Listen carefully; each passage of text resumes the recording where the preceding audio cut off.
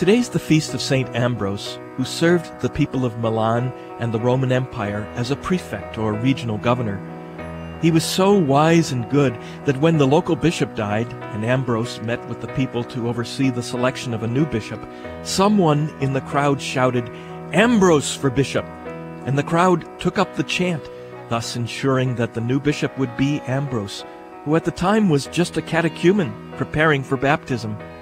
Hello, I'm Father James Kubicki of the Apostleship of Prayer, and a couple months ago Pope Benedict met with Italian regional governors and held St. Ambrose up as an example for them. Let's listen to his words and pray for all government officials.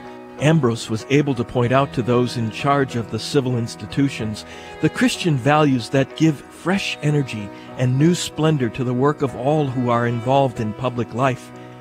St. Ambrose affirmed in his commentary on Luke's Gospel, "The institution of civil power derives so clearly from God that whosoever exercises it is also a minister of God."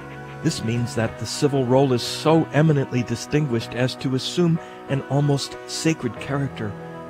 Therefore, it needs to be exercised with great dignity and a keen sense of responsibility. This holy bishop and doctor of the Church is an extraordinary example of rectitude, especially with his loyalty to the law, his firm opposition to forms of injustice and oppression, as well as the freedom of speech, with which he rebuked even the powerful and taught the principles of genuine freedom and of service to all. May the witness of St. Ambrose be an incentive and encouragement to you, so that your work may be every day at the service of justice, peace, freedom, and the common good.